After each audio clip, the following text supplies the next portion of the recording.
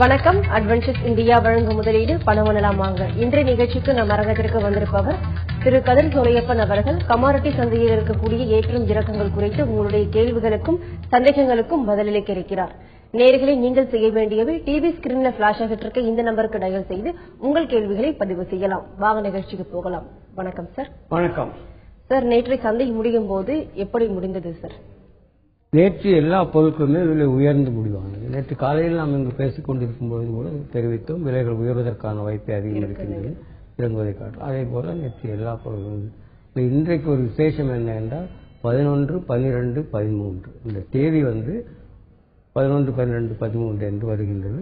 ஆக அதுபோல விசேஷமான வெற்றிகளை நமது நேயர்களும் பெற வேண்டும் இந்த வாணிபத்திலே என்று கேட்டுக்கொண்டு, நேற்றைய சந்தையை பொறுத்தவரை தங்கம் ஏற்றால் ஒரு 400 ரூபாய்க்கு மேல் 10 கிராம், அதாவது 1 கிராமுக்கு 40 ரூபாய் கூடியது. வெள்ளி 1300 ரூபாய் அளவிற்கு உயர்ந்தது. கச்சா எண்ணெய் 57 ரூபாய்க்கு உயர்ந்தது. நேச்சுரல் கேஸ் மட்டும் நேற்று சற்று விலை, அதாவது உச்சத்திற்கு சென்றாலும் முடிவாகும் பொழுது இறக்கமாக இருந்தது. மற்ற எல்லா பொருட்களுமே நேற்று விலைகள் உயர்ந்தே முடிவாகி இருப்பது குறிப்பிடத்தக்கது. சார், இன்றைய சந்தையின் போக்கு எப்படி இருக்கும் சார்? ஏதாவது மாற்றம் ஏற்பட வாய்ப்பு இருக்கா என்றால், இன்று நான் ரூபாயை பொறுத்தவரை இன்று வலு இழக்கலாம் என்று கருதுகின்றேன். என்றால் காலையிலே பங்குச் சந்தைகள், எல்லா நாட்டு பங்குச் சந்தைகள், நேற்று இரவு அமெரிக்க பங்குச் சந்தையும் இன்று காலையில் பிற நாட்டு பங்குச் சந்தைகளும் விலை குறைந்தே முடிவாகின. அந்த அடிப்படையில் இன்று காலை எஸ்ஜிஎக்ஸ் நிப்டியும் சிங்கப்பூர் நிப்டி குறைந்துதான் இருக்கின்றது. அந்த அடிப்படையில் இந்திய பங்குச் சந்தைகளும் இன்று தொடங்கும் பொழுது விலை குறைந்து தொடங்கி இருக்கலாம். அப்படி குறைந்து தொடங்குமேயானால் ரூபாயின் மதிப்பு சரிவிடும். அதாவது கிட்டத்தட்ட ஒரு 20.25 காசுகள் ரூபாய் குறைந்து என்றால் டாலருக்கு நிகராக கொடுக்க வேண்டிய தொகை கூடும் 25 காசுகள். ஆக அந்த அடிப்படையில் பார்க்கும் பொழுது இன்று எல்லா பொருளும் ஓரளவு உயர்வதற்கான வாய்ப்பு இருக்கின்றது. டாலர் கணக்கிலே நேற்று தங்கம் உச்ச விலையாக 1268 வரை சென்றது. அதன் பின்னர் நேற்று இரவு முடிவாகும் பொழுது 1262 இருந்தது. தற்பொழுது 1259 இருக்கின்றது. அப்படி இருந்தால் கூட இந்த ரூபாயினுடைய மதிப்பு குறைந்ததன் காரணமாக இந்தியாவில் தங்கத்தின் விலையும் வெள்ளியின் விலையும் உயர்ந்தே முடிவாகும். மற்ற பொருட்கள் எல்லாமே கூட சிறிதளவு உயர்வதற்கான வாய்ப்பை இன்று இருக்கின்றன. தொடர்ந்து பேசலாம் சார். ஒரு நேயர் லைன்ல இருக்காங்க. வணக்கம் அப்துல். மேடம், பேசணும் சொல்லிருந்தேன். அப்துல், உங்க கேள்வி என்னன்னு கொஞ்சம் தெளிவா சத்தமா கேளுங்க. சார், நேற்று கோல்டு நல்லா மேல ஏறிடுச்சு. கோல்டு சில்வர்ல சரியான ஹை ஆயிடுச்சு. அதே மாதிரி இன்னைக்கு இது நிப்டியில இன்னைக்கு கீழே வருது. அப்ப இது மேல கமோடிட்டி மேல போகும்போது ஈக்விட்டி கீழே வருது சார். இதுக்கு அதுக்கு கனெக்ஷன் இருக்குதா, இல்ல இதே மாதிரி கோல்டு மேல போகுமா? இன்னைக்கு மேல போயிட்டு இருக்குமா சில்வர் கோல்டு கூடையில நிப்டி கீழே வருமா? ரெண்டு நான் பண்ணிட்டு இருக்கேன், அதனால தெளிவா சொல்லுங்க சார். அதாவது பங்கு சந்தைகள் உயர்வடைந்தால் இந்தியாவுக்குள் டாலர் அதிகமாக வந்திருக்கிறது என்று பொருள். ஏனென்றால் பங்கு சந்தை இன்று 90% வெளிநாட்டு நிதி நிறுவனங்கள் கையிலேயே இருக்கின்றன. அதனால பங்குச்சந்தை விலை உயரும் பொழுது டாலர் அதிகமாக வருகின்றது. டாலர் அதிகமாக வந்தால் ரூபாய் மதிப்பு வலுப்படுகின்றது. அதே நேரத்தில் பங்குச்சந்தைகள் இறங்குமுகமாக இருந்தால் டாலர் வருவது குறைகின்றது. டாலர் வரத்து குறைந்தால் ரூபாயின் மதிப்பும் சரிகின்றது. அது இந்த அடிப்படையிலே தான் இந்த விலை ஏற்ற இறங்குகிறது. பங்கு சந்தைக்கும் கமாடிட்டி சந்தைக்கும் நேரடியாக தொடர்பு இல்லைனாலும் இந்த கரன்சி சந்தைக்கும் கமாடிட்டி சந்தைக்கும் தொடர்பு இருக்கின்றது. ஆக கரன்சியினுடைய ஏற்ற இறக்கங்களை நிர்ணயிப்பது பங்கு சந்தைக்கு வெளிநாட்டு பணம் எவ்வளவு வருகின்றது என்பதை பொறுத்துத்தான் இருக்கின்றது. அந்த அளவிலே பார்க்கும் பொழுது இன்று பங்கு சந்தைகள் இறங்கியே முடிவாகும். இது காலை நிலவரம், அதாவது நான் இந்த அரங்கத்திற்குள் நுழையும் போது உள்ள நிலவரம். அதன் பின்னர் ஏதேனும் செய்திகள் வந்தால் நிலைமையில் மாற்றங்கள் இருக்கலாம். ஆக அந்த அடிப்படையிலே இன்று கமாடிட்டிகள் பெரும்பாலும் விலை உயர்வதற்கான வாய்ப்பே அதிகமாக உள்ளது. சார், நேற்று நீங்க சொன்னீங்க பங்கு சந்தைக்கும் பொருள் சந்தைக்கும் உள்ள வேறுபாடுகள் பத்தி சொன்னீங்க. இந்த பங்கு சந்தைக்கும் பொருள் சந்தைக்கும் உள்ள சம்பந்தம் என்ன, லிங்க் என்ன சார் இருக்கு இந்த ரெண்டு சந்தைக்கும்? லிங்க்ங்கிறது இதுதான். பங்குச்சந்தை விலை உயரும் போது டாலர் அதிகமாக வருகின்றது. பங்குச்சந்தை விலை இறங்கும் போது டாலர் வரத்து குறைகின்றது. டாலர் அதிகமானால் ரூபாயின் மதிப்பு வலுவடைகின்றது. டாலர் வரத்து குறைவானால் ரூபாய் மதிப்பு சரிகின்றது. இதுதான் அடிப்படை. சார், நீங்க டெய்லி நிகழ்ச்சியில வந்து தங்கம் கடத்தல் வந்து அதிகரிச்சுன்னு சொன்னீங்க. இந்த இறக்குமதி வரி அதிகமானதால் தான் தங்கம் கடத்தல் அதிகரிப்பு, அதை பத்தி விரிவாக. அதாவது ஒரு பொருளை இறக்குமதி செய்யறாங்க, இறக்குமதி செய்ய 2% 4% வரி இருந்தால் அது ஒரு பெரிய டிஃபரன்ஸ் இல்லை, வித்தியாசம் கிடையாது. ஆனால் 10% என்பது மிக அதிகமான டிஃபரன்ஸ். அதனால அவர் இறக்குமதி நேரடியாக இறக்குமதி செய்து 10% வரியை கொடுப்பதை காட்டிலும் கடத்தல் மூலமாக வரி கொடுக்காமலேயே தங்கத்தை கொண்டு வரும் பொழுது அந்த 10% நிகரமாக அதனை கொண்டு வந்தவர்களுக்கு லாபம் கிடைக்கின்றது. அதனால இது இயற்கை, மனித இயற்கை. எப்படின்னா எங்கே அதிகம் லாபம், அவர் எப்படி அது வருகின்றது என்பதை பார்ப்பதை காட்டிலும், அதாவது காந்திஜி சொல்லிவிட்டு சென்றார் என்ன என்றால், வழிகளையும் நீங்கள் பார்க்க வேண்டும், மீன்ஸ் என்று சொல்வார் அவர். முடிவை மட்டும் பார்க்காமல். ஆனால் இப்பொழுது உள்ள சூழ்நிலையிலே அது எடுபடுவதில்லை. இவங்க முடிவு என்ன என்பதைத்தான் பார்க்கின்றார்களே தவிர அந்த முடிவை எட்டுவதற்கு, இலக்கை எட்டுவதற்கு நாம் கையாளும் வழிமுறைகள் என்ன என்பதை பற்றி மக்கள் சிந்திப்பதில்லை. அந்த அடிப்படையிலே நீங்கள் பார்க்கும் பொழுது இந்த தங்கத்தை இப்படி கள்ளத்தனமாக கொண்டு வந்தால் 10% நிகரமாக கைக்கு கிடைக்கின்றது என்ற அடிப்படையில் தான் இது வந்து அதிகாரபூர்வமாக தங்க இறக்குமதி குறைந்து, இதனாலும் அரசாங்கத்துக்கு வரி நட்டம்தான். என்றால் அதுவே 5% இருக்கும்போது அதிகாரபூர்வமாக தங்கம் நேரடியாக வந்தால் அரசாங்கத்துக்கு வரி கிடைக்கும். இவர் 10% போட்ட பொழுது இறக்குமதி வந்து குறைந்ததாக கண்ணுக்கு தெரிந்தாலும் உண்மையில் இறக்குமதி குறையவில்லை. எந்த அளவு இறக்குமதி குறைந்ததோ அதை விட கூடுதலாக கள்ளக்கடத்தல் மூலம் வந்து கொண்டிருக்கின்றது. அதனால் இதனால் அரசாங்கத்திற்கு இழப்பு, கருப்பு பணம் பெருகுவதற்கு இது வாய்ப்பாக அமைந்துள்ளது. தொடர்ந்து பேசலாம் சார். ஒரு நேர் லைன்ல இருக்காங்க. வணக்கம் மோகன். வணக்கம் மேடம். வணக்கம் சார். சொல்லுங்க மோகன், கேள்வி என்னன்னு கேளுங்க. வணக்கம், நான் கோவில் மோகன் பேசுறேங்க. எனக்கு என்ன கேள்வினா, இப்போ ஒரு கான்ட்ராக்ட் அப்படிங்கிறாங்க வந்து ஃபியூச்சருக்காக, அதாவது கமாடிட்டி எல்லா பொருளுக்குமே இது வந்து கான்ட்ராக்ட் பீரியடுங்கிறது எவ்வளவு நாள், எல்லா பொருளுக்கும் ஒரே மாதிரி டேட்ஸ் வருங்களா?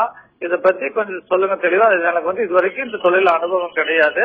மற்றவங்களுக்கு இந்த அனுபவம் இல்லாதவங்களுக்கு புரியுற மாதிரி கொஞ்சம் தெளிவா சொன்னீங்க, ரொம்ப நல்லா இருக்குங்க. நன்றிங்க. அதாவது கான்ட்ராக்ட் என்பது ஒப்பந்த காலம் என்பது, அது வந்து இந்த ஒப்பந்த காலம் என்பது 1 மாதம் அல்லது 2 மாதம் அல்லது 3 மாதம் என்று இருக்கின்றது. அது வந்து நீங்கள் வாங்கிய தேதியிலிருந்து அதை கணக்கில் கொள்ளக்கூடாது. ஏற்கனவே நிர்ணயிக்கப்பட்ட ப்ரீஃபிக்ஸ்டு கான்ட்ராக்ட் பீரியட், ஒப்பந்த காலம். அதனால வந்து அது வந்து மாதம் என்று 1 மாதம் என்று இருந்தால் ஜனவரி பிப்ரவரி என்று வரும்.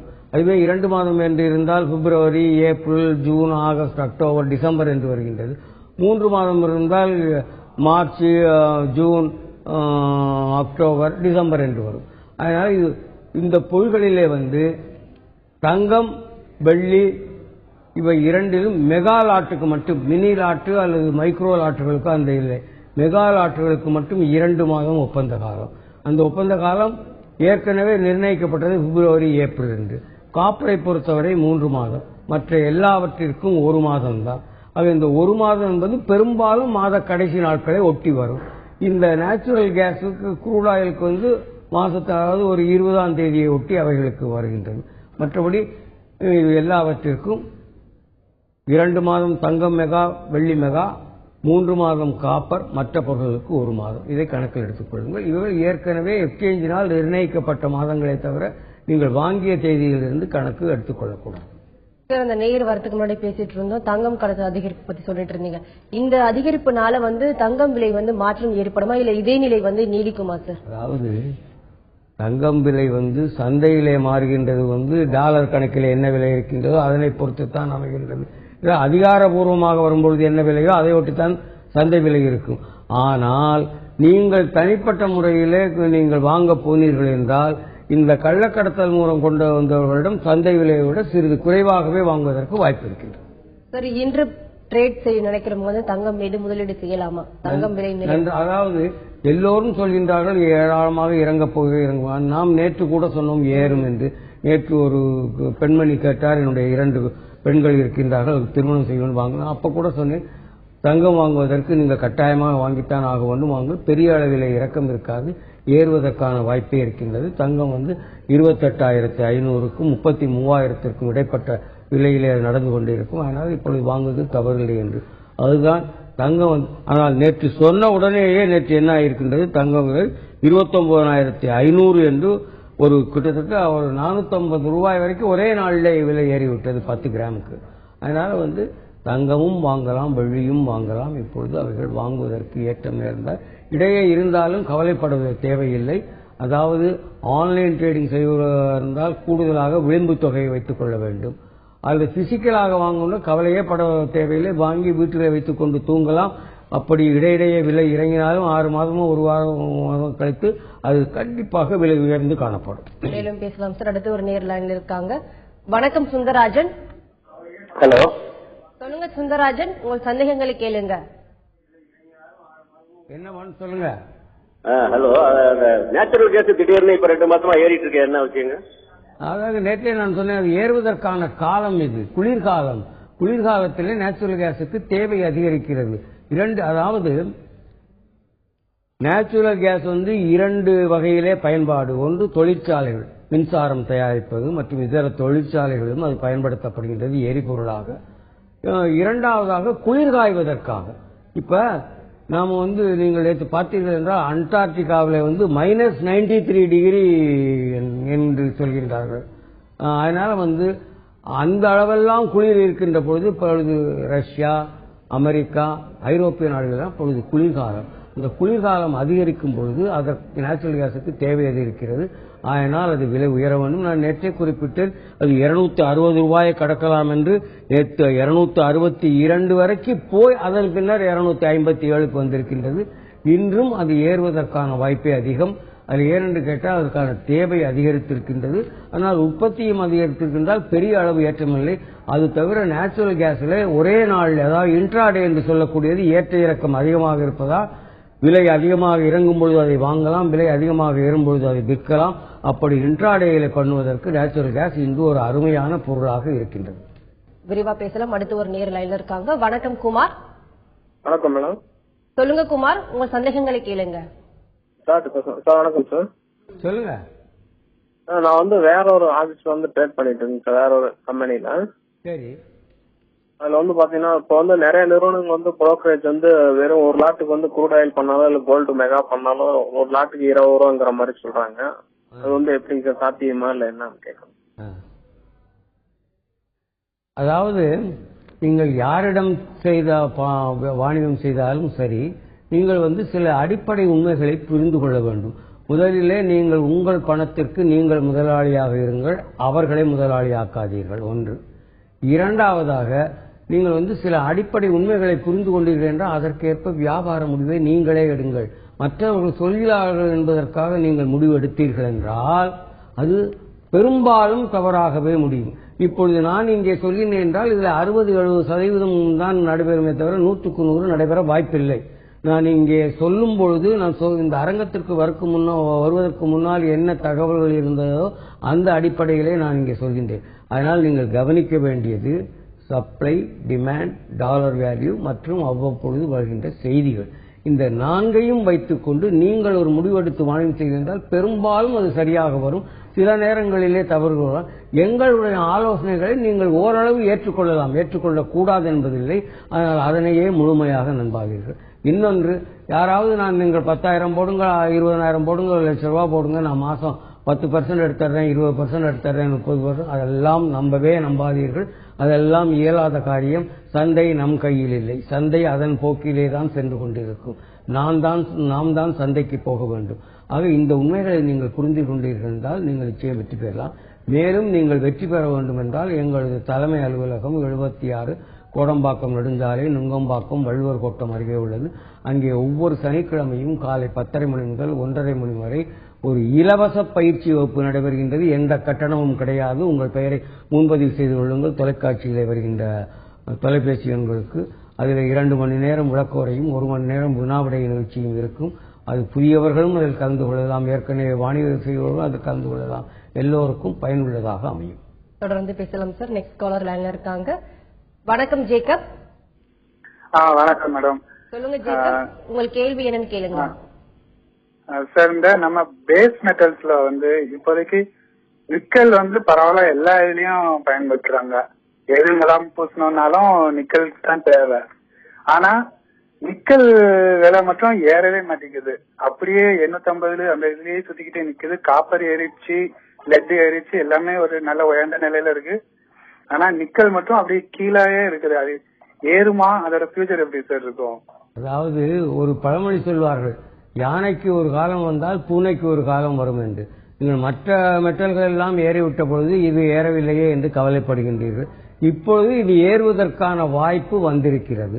ஏனென்று கேட்டால் இந்தோனேஷியா அந்த மெட்டலுக்கான மூலப்பொருளை ஏற்றுமதியை தடை செய்துள்ளது. அதனால நிக்கலுக்கான மூலப்பொருள் ஏற்றுமதியை தடை செய்துள்ளது. ஆக அந்த அடிப்படையிலே இப்பொழுது நிக்கல் ஏறுவதற்கான வாய்ப்பு வந்திருக்கின்றது. 2 நாட்களாக பார்த்தீர்கள் இருந்தால் கூட ஓரளவு சிறு சிறு அளவு ஏறி இருக்கின்றது. அது ஏறி அடுத்த ஒரு வாரம் 10 நாட்களில் 900 ரூபாய் வரை செல்வதற்கான வாய்ப்பு உண்டு. ஏற்கனவே இருந்த 1000, 1100 என்று வருவதற்கு சற்று நாள் பிடிக்கலாம். ஆனால் இப்பொழுதுள்ள சூழலில் அது 900 ரூபாயை விரைவில் கடக்கலாம்.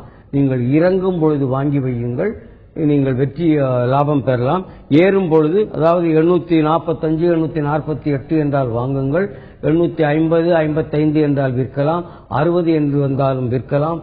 ஆக இந்த ஏற்ற இறக்கத்தை பயன்படுத்தி லாபம். இப்பொழுது ஏறுமுகமான காலம் வந்துள்ளது. மேலும் பேசலாம் சார். ஒரு நேர் லைன்ல இருக்காங்க. வணக்கம் கோபிநாத். சொல்லுங்க கோபிநாத், கேள்வி என்னன்னு கேளுங்க.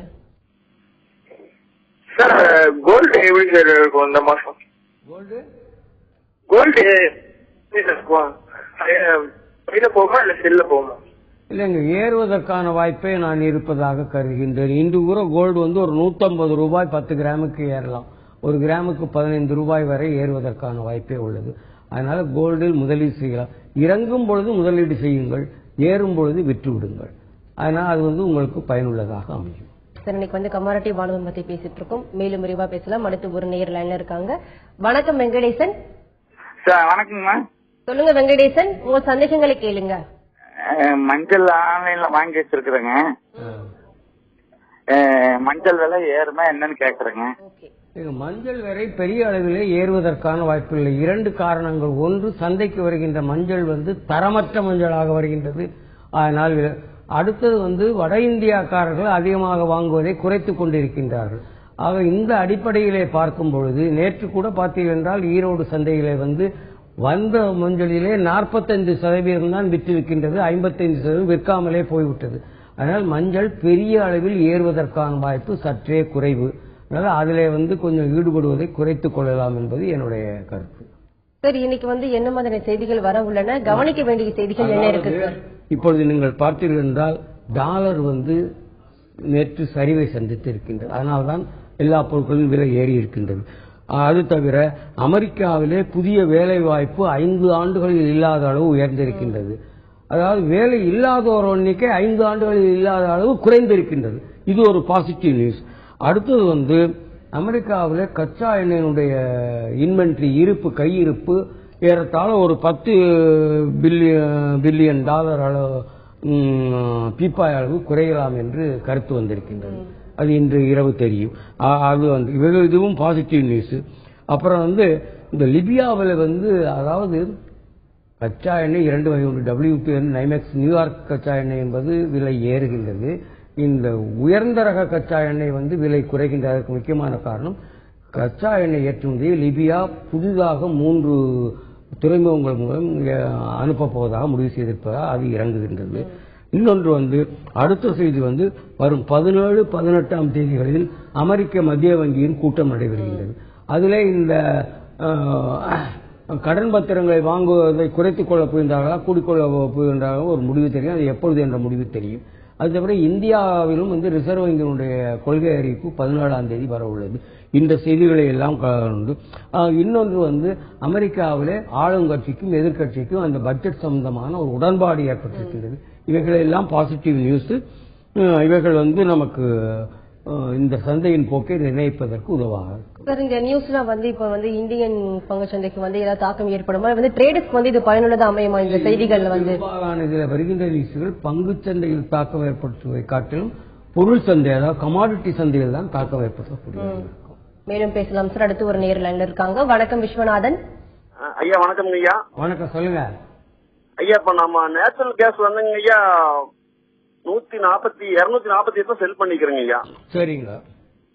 இது மேலேயே போயிட்டு இருக்குது, கீழே வருமா இல்ல வந்துடலாங்களா? 248 உடனடியாக வருமா என்று சொல்ல முடியாது. இன்று கூட 2 ரூபாய் ஏறுவதற்கான வாய்ப்பே இருக்கின்றது. 256 வரைக்கும் செல்லலாம். அதனால நீங்கள் சற்று 260, 62 என்ற நிலைமைக்கு போனால் நீங்கள் ஒரு லாட் விற்று வைக்கலாம். விற்று லாபம் பார்க்க முயற்சி செய்யுங்கள். இப்பொழுது உடனடியாக இறங்குவதற்கான வாய்ப்பு குறைவாகவே இருக்கின்றது. சார், ஆன்லைன் ட்ரேடிங்கும் அண்ட் பிசிக்கல் ட்ரேடிங்கும் உள்ள வேறுபாடுகள் டிஃபரன்ஸ் என்ன சார்? அதாவது ஆன்லைன் ட்ரேடிங் என்பது முழு பணம் கொடுத்து பொருள்களை வாங்குவதில்லை. சந்தையில் ஏற்படும் ஏற்ற இறக்கங்களை பயன்படுத்தி லாபம் சம்பாதிப்பதற்கான ஒரு வழிமுறையாகும். இதுல நாம் விளிம்பு தொகை மார்ஜின் மணி மட்டும் செலுத்தி பொருளை வாங்குகின்றோம். உதாரணமாக தங்கம் என்று எடுத்துக்கொண்டால் இன்றைய சந்தை விலை 30 லட்சம் ஒரு கிலோ. நீங்கள் 30 லட்சம் கொடுத்து பொருளை வாங்க வேண்டாம். ஒரு 1.5 லட்சம் ரூபாய் இருந்தால் போரும். 30 லட்சம் விலை உள்ள தங்கத்தை நீங்கள் வாங்கி உங்கள் கணக்கிலே வைத்துக் கொள்ளலாம். வீட்டிற்கு எடுத்து செல்ல முடியாது. 5 கிராமுக்கு 5 ரூபாய் ஏறினால் 5000 ரூபாயும், 10 ரூபாய் ஏறினால் 10,000 ரூபாய் லாபமாக கிடைக்கும். 5 ரூபாய் இறங்கினால் 5000 நட்டமாக இருக்கும். இது அந்த ஆன்லைனிலே உள்ள குறைந்த முதலீட்டில் நிறைந்த லாபம் பெறுவதற்கு ஒரு வழிமுறை. பிசிக்கலாக என்றால் நீங்கள் 1 கிலோ தங்கம் வாங்குவதால் 30 லட்சத்தையும் முழுமையாக கொடுத்துத்தான் நீங்கள் வாங்க வேண்டும். ஆனால் பொருள் உங்கள் கையிலே உங்கள் பையிலே இருக்கும். உங்கள் வீட்டில் வைத்துக் கொள்ளலாம். சார், க்ரூட் ஆயில் ஃபியூச்சர் எப்படி இருக்கு? க்ரூட் ஆயிலை பொறுத்தவரை, என்னை பொறுத்தவரை அது க்ரூட் ஆயில் இப்பொழுது வாங்கலாம் என்று நினைக்கின்றேன். என்றால் $100 கடக்கும் என்று சொல்கின்றார்கள். நேற்று அது $98 கடந்துள்ளது. $100 கடந்தால் அது 6000 ரூபாயை மீண்டும் கடப்பதற்கான வாய்ப்பு நேற்றே கடந்து விட்டது. 6010 ரூபாயாக முடிவாகி இருக்கின்றது. அது 6100 ரூபாய் வரை செல்வதற்கு வாய்ப்பு இருக்கின்றது. மிக்க நன்றி சார். நீங்க அரங்கத்துக்கு வந்தது கமாடிட்டி வாணிபத்தில் இருக்கக்கூடிய பலவிதமான ஏற்றம் இறக்கங்கள் குறித்து நிறைய விஷயங்கள் பகிர்ந்துக்கிட்டீங்க. நேர்கள் கேட்ட ஒவ்வொரு கேள்விக்கும் ரொம்ப பொறுமை பதிலளிச்சீங்க சார். நன்றி. நன்றி, வணக்கம். அட்வென்ச்சர்ஸ் இந்தியா வழங்கும் முதலீடு பணமனலாமாக நிகழ்ச்சிக்கு இன்று நம் அரங்கத்திற்கு வந்திருப்பவர் திரு கதிர் சோலையப்பன் அவர்கள். கமாடிட்டி வாணிபத்தில் இருக்கக்கூடிய ஏற்றம் இறக்கங்கள் குறித்து அவர்கள் சொன்ன பலவிதமான தகவல்கள் உங்களுக்கு ரொம்பவே பயனுள்ளதாக அமைஞ்சிருக்கும். மீண்டும் சந்திப்போம். வணக்கம்.